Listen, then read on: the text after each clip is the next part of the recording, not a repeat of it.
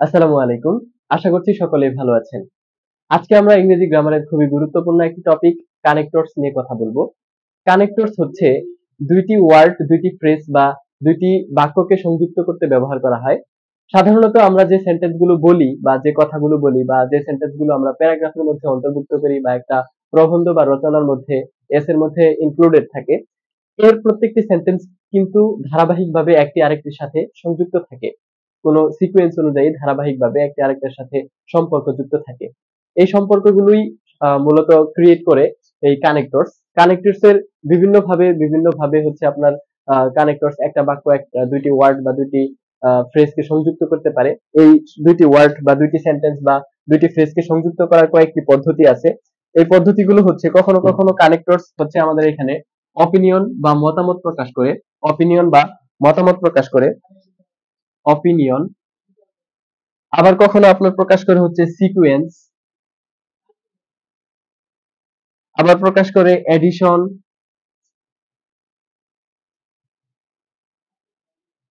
তারপরে থাকতে পারে হচ্ছে কম্পারিজন, তারপরে থাকে হচ্ছে কন্ট্রাস্ট, তারপরে থাকে এমফাসাইজ,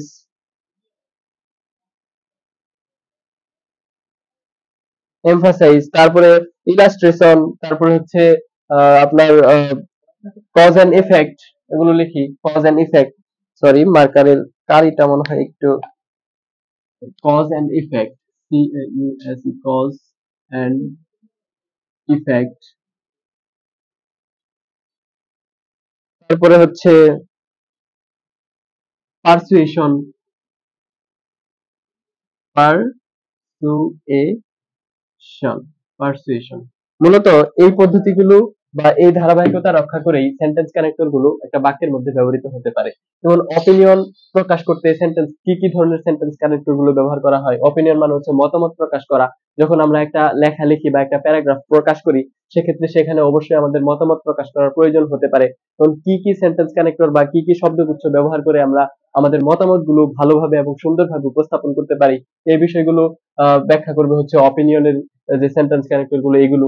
তারপর হচ্ছে সিকোয়েন্স বা ধারাবাহিকতা রক্ষা করার জন্য যে বিষয়গুলো আছে এগুলো। যেমন আমরা যদি অপিনিয়নের বিষয়গুলো বলি, অপিনিয়নের যেমন বলতে বলতে পারি যে আই থিঙ্ক, এরকম বলতে পারি আই থিঙ্ক।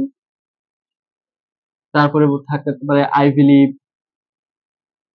তারপরে থাকতে পারে হচ্ছে I feel, in my opinion, I think so. এরকম যে আহ, শব্দগুচ্ছ গুলো আছে বা সেন্টেন্স কানেক্টর গুলো আছে এগুলি হচ্ছে অপিনিয়ন প্রকাশ করতে ব্যবহার করা হয়।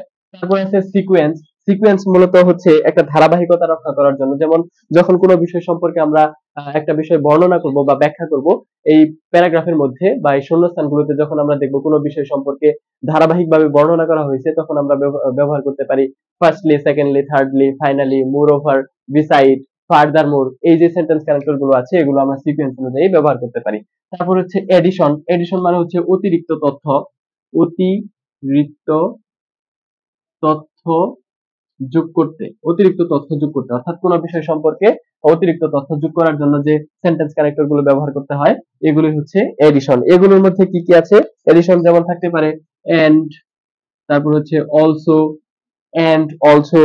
তারপরে থাকতে পারে ইন এডিশন, ইন এডিশন।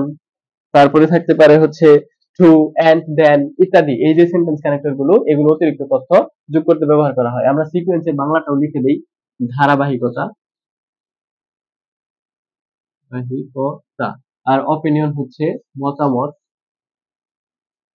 তারপরে আমরা দেখব কম্পারিজন। কম্পারিজন মানে হচ্ছে তুলনা।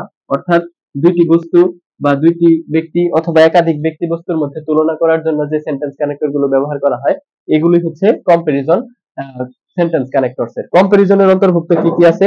কম্পারিজন যেমন থাকতে পারে equally, likewise, in the same way, তারপরে হচ্ছে অফ কন্ট্রাস্ট, ডিসপাইট। এগুলো হচ্ছে সেন্টেন্স কানেক্টর যেগুলো কম্পারিজন ব্যবহার করতে হয়। তারপরে হচ্ছে কন্ট্রাস্ট, অর্থাৎ বিপরীতমুখী বর্ণনা প্রকাশ করার জন্য যে সেন্টেন্স কানেক্টর গুলো ব্যবহার করা হয় সেগুলো হচ্ছে কন্ট্রাস্ট। আমরা বিপরীত লিখে ফেলি, বিপরীত। খুবই দুঃখিত যে আজকে মার্কারের কালি ভালোভাবে বোঝা যাচ্ছে না। তারপর হচ্ছে এমফাসিস। এমফাসিস অর্থ কোনো তথ্যের উপরে জোর প্রকাশ করার জন্য যে তথ্যগুলো, যেমন আমরা অনেক সময় কোনো বিষয়টাকে জোর প্রদান করে বলি যে বিশেষ করে এটাই, ইন পার্টিকুলারলি, এরকম। যেমন থাকতে পারে অ্যাভাব অল, স্পেশালি, বিশেষ করে, এই বিষয়গুলো। তারপরে আমরা দেখবো কজ এন্ড ইফেক্ট, অর্থাৎ কোন বিষয়ের কারণ বা ফলাফল প্রকাশ করার জন্য যে বিষয়গুলো থাকতে পারে, যেমন থাকতে পারে বিকজ, সিন্স, ফর, এই বিষয়গুলো। তারপরে থাকতে পারে হচ্ছে কনসিকুয়েন্টলি, দেয়ারফর, দাস, সো, এই যে সেন্টেন্স কানেক্টর গুলো, এগুলো হচ্ছে কজ এন্ড ইফেক্টের।